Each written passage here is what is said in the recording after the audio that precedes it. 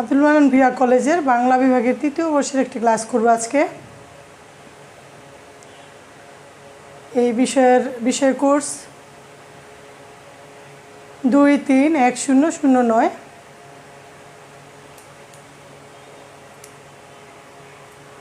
বিষয়ের নাম রূপতত্ত্ব, রসতত্ত্ব, অলঙ্কার ও ছন্দ। পাঠে যাওয়ার আগে আমরা এক নজরে সিলেবাসটা একটু দেখি কি আছে এখানে। ক, রূপতত্ত্ব, কবিতা। এখানে মহাকাব্য, গীতিকবিতা, সনেট পর্ব, উপন্যাস, ছোট গল্প, নাটক, একাঙ্ক, কাব্যনাটক, নাট্যকাব্য, সাংকেতিক নাটক, প্রবন্ধের সংজ্ঞার্থ, প্রকারভেদ ও শিল্পরূপ। খ, রসতত্ত্ব, কাব্য, কাব্যের দেহ ও আত্মা, ধ্বনি, রস, অলঙ্কার, রীতি, গুণ, ভাব, বাচ্য ও চিত্ত। গ, অলঙ্কার। এখানে পূর্ব শব্দালঙ্কার, অনুপ্রাস, যমক, শ্লেষ, বক্রোক্তি। অর্থালঙ্কার, সাদৃশ্যমূলক অলঙ্কার, উপমা, উৎপ্রেক্ষা, রূপক, ভ্রান্তিমান, সমাসোক্তি, অতিশয়োক্তি। বিরোধমূলক অলঙ্কার, বিরোধাভাস, বিষমোক্তি ও বিশেষোক্তি। দৃঢ় প্রতীতিমূলক অলঙ্কার, মেজস্তুতি ও শোভাভক্তি। ঘতে পড়ব ছন্দ, ধ্বনি ও মাত্রা, চরণ, পংক্তি, পর্ব, স্তবক, স্বরবৃত্ত, মাত্রাবৃত্ত, অক্ষরবৃত্ত ছন্দ, বিকাশধারা ও বৈচিত্র্য, ছন্দ বিশ্লেষণ। আজকে রসতত্ত্ব থেকে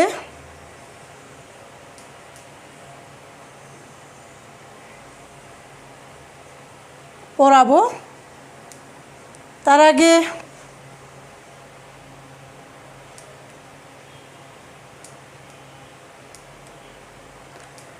আমরা সহায়ক গ্রন্থগুলো একটু দেখে নিই এক নজরে, যেগুলো তোমাদের কাজে আসবে।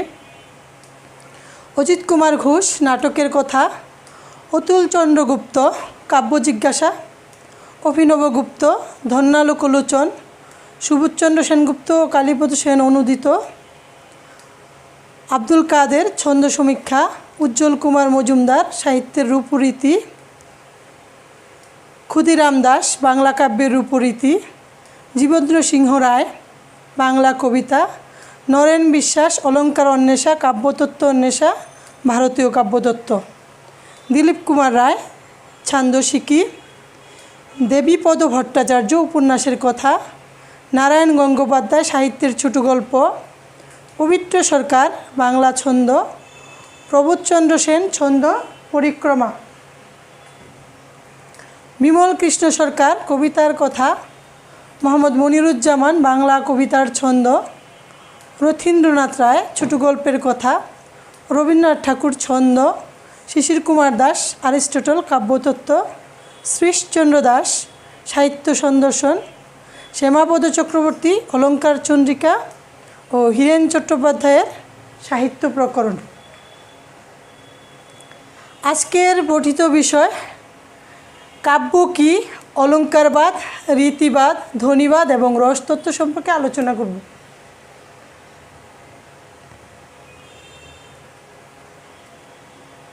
প্রথমেই জানি আমরা কাব্য কী। ক্রঞ্চ দ্বন্দ্ব বিয়োগের সুখে যখন বাল্মীকির মুখ থেকে মানিষাদ ও প্রতিষ্ঠাং ইত্যাদি বাক্য আপনি উচ্চারিত হলো, তখন ভীক্ষণশীল মনির হৃদয়ে চিন্তার উদয় হলো। শকুনির সুখে সুখার্ত হয়ে এই যে আমি উচ্চারণ করলাম কিমিদম, এ কি, নিজের প্রজ্ঞা দিয়ে তিনি এর প্রকৃতি চিন্তা করতে লাগলেন। অতঃপর শিষ্যকে বললেন, এই বাক্য পাদবন্ধ, এর প্রতিপদে সমাক্ষর, ছন্দের তন্ত্রীলয়ে আন্দোলিত। আমি সুখার্ত হয়ে একে উচ্চারণ করেছি, এর নাম শ্লোক হোক। আর আদিকবির এই ইচ্ছাই সংবেদনশীল কবি হৃদয়ের ইচ্ছা। তার উচ্চারণ ও ভাবনাই কবি ভাবনা, আর তার সৃষ্টি কাব্য। কাব্যের কাব্যত্ব কোথায় থাকে বা কী দিয়ে বাক্য কাব্য হয়ে ওঠে, এই প্রশ্নের উত্তর নিজেদের যুক্তি বিবেচনা থেকে প্রদান করেছেন নানা তাত্ত্বিক। তারা তাদের মতবাদের পরিপ্রেক্ষিতে পরিচিতি পেয়েছেন ভারতীয় অলঙ্কারবাদী, ধ্বনিবাদী বা রসবাদী হিসেবে। আমরা বলছি ভারতীয় অলঙ্কার তত্ত্বের কথা। কাব্যবিচারে অলঙ্কার শব্দটি সংস্কৃত অলম শব্দ থেকে এসেছে, যাকে বিশ্লেষণ করে আমরা পাচ্ছি ক্রি কৌড়া যুগ ঘয়ে পাও, যার অর্থ হচ্ছে, প্রাথমিক অর্থ হচ্ছে কোনো নির্দিষ্ট কার্য সম্পাদনের সামর্থ্য। দ্বিতীয় অর্থ হচ্ছে আচরণ, অর্থাৎ যা দিয়ে শরীরকে সজ্জিত বা ভূষিত করা যায়। সুতরাং নিরাভরণ দেহকে যেমন হাড়, দুল, বলয়, কাকন ইত্যাদি আভরণ দিয়ে মনের মতো সাজানো যায়, তেমনি কাব্য শরীরকেও কবিগণ উপমা, অনুপ্রাস, যমক, শ্লেষ প্রভৃতি অলঙ্কারে ভূষিত করেন। ষষ্ঠ শতাব্দীর আলঙ্কারিক দণ্ডী তার কাব্যাদর্শে অলঙ্কারকে কাব্যের সৌন্দর্য বিধায়ক ধর্ম হিসাবে বিবেচনা করে বলেছেন, কাব্য শুভাকরণ ধর্মান অলঙ্কারান প্রচক্ষতে, কাব্যাদর্শ 2/10। অর্থাৎ যেসব কাব্য ধর্ম কাব্যের শোভা জন্মায় সেগুলো অলঙ্কার বলে কথিত হয়। সপ্তম শতাব্দীর আচার্য ভাম তার কাব্যালঙ্কার গ্রন্থে বলেছেন, শব্দার্থ সহিত কাব্যম, অর্থাৎ শব্দার্থময় বাক্যকে কাব্য হিসেবে আখ্যায়িত করে অলঙ্কার প্রস্থানে ভাম কাব্য নির্মাণে সমধিক গুরুত্ব দিয়েছেন। তার মতে অলঙ্কারের সার্থক প্রয়োগে কাব্যের কাব্যত্ব, যেখানে অলঙ্কার নেই সেখানে কাব্যের কাব্যত্বও নেই। এ প্রসঙ্গে তিনি উদাহরণ দিয়েছেন, প্রেয়সীর মুখ স্বভাব সুন্দর বা কান্তময় হলেও অলঙ্কার ব্যতীত তার রূপ সৌন্দর্য প্রকাশ পায় না। অষ্টম শতাব্দীর আচার্য বামন তার কাব্যালঙ্কার সূত্রভিত্তি গ্রন্থে কাব্য যে মানুষের উপাদেয়, তাই এই অলঙ্কারের জন্যে কাব্যং গ্রাহ্যমলঙ্কারাৎ সৌন্দর্যম অলঙ্কারাৎ, অর্থাৎ সৌন্দর্য আছে বলেই কাব্য সকলের নিকট উপাদেয়। তাকে কাব্যের আস্বাদন, শব্দ ও অর্থের অলঙ্কার আস্বাদন।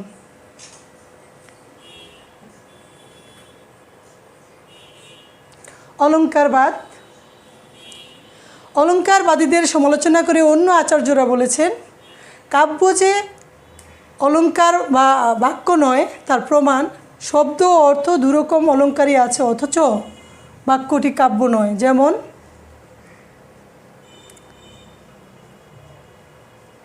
তরঙ্গ নিকরণিত তরুণীগণ সংকুলা সরিদ বহতি কল্লোল বুহ বেহতি তীরভূ, সাহিত্য দর্পণ। এ বাক্যের শব্দে ও অর্থে অনুপ্রাস ও রূপক অলঙ্কার রয়েছে, কিন্তু একে কেউ কাব্য বলবে না। বাক্য অনলঙ্কৃত অথচ শ্রেষ্ঠ কাব্য। এর উদাহরণে সাহিত্য দর্পণকার কুমার সম্ভবের অকাল বসন্ত বর্ণনায় আছে, অকাল বসন্তের উদ্দীপনায় যৌবন রাগে রক্ত বনস্থলিতে রতি দ্বিতীয় মদনের সমাগমে তির্যক প্রাণীদের অনুরাগ, এর লীলাটি মাত্র কালিদাস ভাষায় প্রকাশ করেছেন, তাকে কোনো কোনো অলঙ্কারে সাজাননি, অথচ মনোহারিত্বে পাঠকের মনকে হরণ করে নেয়। রীতিবাদ। অলঙ্কারবাদকে একটু শুধরে নিয়ে আরেক দল আলঙ্কারিক, এদের রীতিবাদী আলঙ্কারিক বলা হয়, বলেন অলঙ্কিত বাক্য মাত্রই যে কাব্য নয়, আর নিরলঙ্কার বাক্য কাব্য হতে পারে। তার কারণ কাব্যের আত্মা হচ্ছে রীতি। এ সম্পর্কে আচার্য বামন বলেন, রীতিয়াত্মা কাব্যাস্য। রীতি হলো পদ রচনার বিশিষ্ট ভঙ্গি, বিশিষ্ট পদ রচনা রীতি। কাব্যের আত্মা হচ্ছে স্টাইল, অলঙ্কার হচ্ছে এই স্টাইল বা রীতির আনুষঙ্গিক বস্তু। পৃথিবীর অনেক কবির কাব্য এই গুণেই লোকরঞ্জক হয়েছে। যেমন ভারতচন্দ্রের প্রধান আকর্ষণ তার স্টাইল, অঙ্গে অলঙ্কার পড়লেই মানুষকে সুন্দর দেখায় না। যদি না তার অবয়ব সংস্থান নির্দোষ হয়। স্টাইল হচ্ছে কাব্যের সেই অবয়ব সংস্থান। ধ্বনিবাদ। অলঙ্কারবাদীরা রীতিবাদীদের ভ্রম বা বক্তব্যের ত্রুটি বা দোষ আনন্দবর্ধন, অভিনবগুপ্ত প্রমুখ ধ্বনিবাদীরা ধরতে পেরেছেন।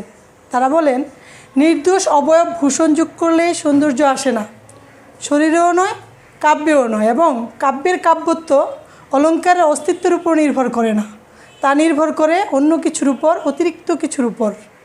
ধন্যালোকে আনন্দবর্ধন বলেছেন, রমণী দেহের লাবণ্য যেমন অবয়ব সংস্থানে অতিরিক্ত অন্য জিনিস, তেমনি মহাকবিদের বাণীতে এমন বস্তু আছে যা শব্দ, অর্থ, রচনাভঙ্গি ও এসবের আরও কিছু। কাব্যের সেই অতিরিক্ত আরও কিছু বলতে আনন্দবর্ধন ধ্বনিকেই বুঝিয়েছেন। বস্তুত যেখানে কাব্যের অর্থ ও শব্দ নিজেদের প্রাধান্য পরিত্যাগ করে ব্যঞ্জিত অর্থকে প্রকাশ করে, পণ্ডিতেরা তাকেই ধ্বনি বলেছেন। প্রিয় শিক্ষার্থী, আনন্দবর্ধন ধ্বনিকেই কাব্যের আত্মা বলেছেন। তিনি কাব্যে ত্রয়ী ধ্বনির কথা বলেছেন, যেমন ক বস্তুর ধ্বনি, খ অলঙ্কার ধ্বনি, গ রসধ্বনি। তার মধ্যে রসধ্বনির শ্রেষ্ঠত্ব অনস্বীকার্য। এর ব্যাখ্যাকার তথা প্রতিষ্ঠানকারী উদ্ভাবক নয়, আনন্দবর্ধন। রসতত্ত্ব স্পষ্টতই অতি গভীর, ধ্বনিতত্ত্বের দিকমাত্র। কেননা ধ্বনিবাদীরা বলেছেন, কাব্যের আত্মা হচ্ছে তার বাক্য নয়, ব্যঞ্জনা, কথা নয়, ধ্বনি। এ ব্যঞ্জনা কিসের? ধ্বনি। ধ্বনিবাদীরা উত্তর দিয়েছেন রস। তাই অভিনবগুপ্ত যথার্থই বলেছেন, কাব্যের আত্মা ধ্বনি বলে যারা আরম্ভ করেছেন, কাব্যের আত্মা রস বলে তারা উপসংহার টেনেছেন। রসতত্ত্ব। খ্রিস্টপূর্ব প্রথম মতান্তরে ৪র্থ শতাব্দীতে আচার্য ভরতমুনি রসতত্ত্বের সংস্থাপক প্রতিষ্ঠাতা। যদিও অলঙ্কারশাস্ত্রের প্রথম দিকের ইতিহাস অস্পষ্ট, তবুও মনে হয় ধ্বনিতত্ত্বের আগে রসতত্ত্বের জন্ম। তবে আনন্দবর্ধনের হাতে ধ্বনিতত্ত্বের সুদৃঢ় প্রতিষ্ঠার পর অভিনবগুপ্ত ভরতের রসসূত্রের বিস্তারিত ভাষ্য রচনা করে কাব্যের আত্মারূপে রসকে প্রতিষ্ঠা দেন। প্রিয় শিক্ষার্থী, এখন আমাদের প্রশ্ন হচ্ছে, রস কী পদার্থ? আচার্য ভরতমুনি তার নাট্যশাস্ত্র গ্রন্থে চমৎকার উত্তর দিয়েছেন। এর আস্বাদাত্তৎ, অর্থাৎ যা আস্বাদিত হয়। ধাতুগত বা ব্যুৎপত্তিগত অর্থ ধরলে যা আস্বাদ্য তাই হচ্ছে রস। কাব্যের ক্ষেত্রে যা আস্বাদ্য তা হচ্ছে তার রস। ক্রঞ্চ বিয়োগ দ্বন্দ্বজনিত সুখে সুকার্ত আদি কবি বাল্মীকির কণ্ঠনিঃসৃত শ্লোক থেকেই রস সৃষ্টির ইতিহাস শুরু, যা আজও নাটক সাহিত্যের মধ্যে অব্যাহত রয়েছে। এ সম্পর্কে আনন্দবর্ধন বলেছেন, সেই রসই কাব্যের আত্মা। যেমন পুরাতনী রস বলে আদিকবির ক্রঞ্চদ্বন্দ্ব বিয়োগজনিত শোকী শ্লোকরূপে পরিগণিত হয়েছিল। আনন্দবর্ধনের রসতত্ত্বে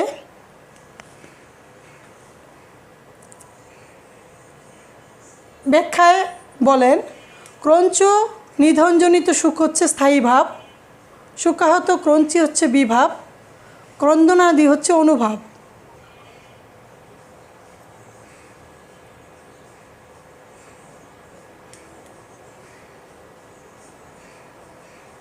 আচার্য ভরতমুনি থেকে আচার্য বিশ্বনাথ কবিরাজ পর্যন্ত রসবাদের উৎপত্তি ও ব্যক্তিকরণের প্রায় ২০০ বছরের মধ্যে ২০০০ বছরের মধ্যে কাব্য নির্মাণ কৌশল তথা রস সৃষ্টি প্রক্রিয়ায় লৌকিক কবির কবিচিত্ত, কাব্যজগৎ ও সহৃদয় হৃদয় সংবাদী এই 4 জগতের কথা বলা হয়েছে। যে ভাব লৌকিক জগতের ঘটনাবলী থেকে উদ্ভূত হয়ে সামাজিকীকরণের হৃদয়ে স্থায়ী ভাব জাগিয়ে তোলে, সেই জাগ্রত স্থায়ী ভাবের রসতা প্রাপ্তি হচ্ছে রসের নিষ্পত্তির শেষ কথা। সুতরাং বলা যেতে পারে, কাব্যরসের আধার কাব্যও নয়, কবিও নয়, সহৃদয় কাব্য পাঠকের মন। ভরতমুনি তার নাট্যশাস্ত্রে বলেন, বিভাব অনুভব ও ব্যভিচারী ভাবের সংযোগে রসের নিষ্পত্তি হয়ে থাকে। প্রাচীন আচার্য ভরতের মতে স্থায়ী ভাবের সংখ্যা 8।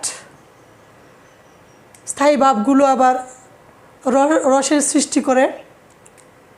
স্থায়ী ভাবগুলো হলো 1 রতি, যেটা শৃঙ্গার রস সৃষ্টি করে, হাস্য, সুখ, করুণ, ক্রোধ, রৌদ্র, উৎসাহ, বীর, ভয়, ভয়ঙ্কর বা ভয়ানক, জুগুপ্সা, বীভৎস, বিস্ময়, অদ্ভুত। পরে আচার্য অভিনবগুপ্ত বা বামন এই তালিকায় সম স্থায়ী রসটি যোগ করেন। সম, শান্তি। ভরত ও অন্যান্য আলঙ্কারিকগণ ভাবের অভিমুখে ব্যভিচারী বা সঞ্চারী ভাবের সংখ্যা 33 বলে নির্ধারণ করেছেন। 1 নির্বেদ, যেটাকে ঔদাসীন্য বলা হয়, গ্লানি, শমন, অসূয়া, মদ, শ্রম, আলস্য, দৈন্য, চিন্তা, মোহ, স্মৃতি, বীরা, চপলতা, হর্ষ, আবেগ, জড়তা, গর্ব, বিষাদ, ঔৎসুক্য, নিদ্রা, অপস্মার, যেটাকে মূর্ছা বলা হয়, স্বপ্ন, বিরোধ, মাৎসর্য, অবহিত, উত্থতা, মতি, ব্যাধি, উন্মাদ, মরণ, ত্রাস ও 33 বিতর্ক। সুপ্রিয় শিক্ষার্থী, আধুনিক পণ্ডিত অতুলচন্দ্র গুপ্ত তার কাব্য জিজ্ঞাসা গ্রন্থের পৃষ্ঠা 10-এ বলেছেন, কাব্যের আত্মা ধ্বনি বলে যারা আরম্ভ করেছেন, কাব্যের আত্মা রস বলে তারা উপসংহার টেনেছেন। সুতরাং আমরা এ পর্যন্ত কাব্য কী, ধ্বনি কী এবং ধ্বনিবাদী, অলঙ্কারবাদী ও রসবাদীদের সম্পর্কে আমরা জেনেছি। তো এ পর্যন্ত আজকে তোমরা ভালো থেকো, সাবধানে থেকো। ধন্যবাদ সবাইকে।